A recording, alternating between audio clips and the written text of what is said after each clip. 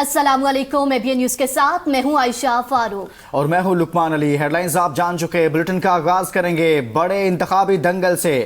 ABN news سب سے پہلے، سب سے آگے۔ ABN نیوز گلگت بلتستان انتخابات کا پہلا غیر سرکاری غیر حتمی نتیجہ سامنے لے آیا۔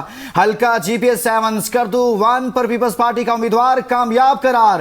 پیپلز پارٹی کے سید توقیر مہدی شاہ نے 4337 ووٹ حاصل کیے۔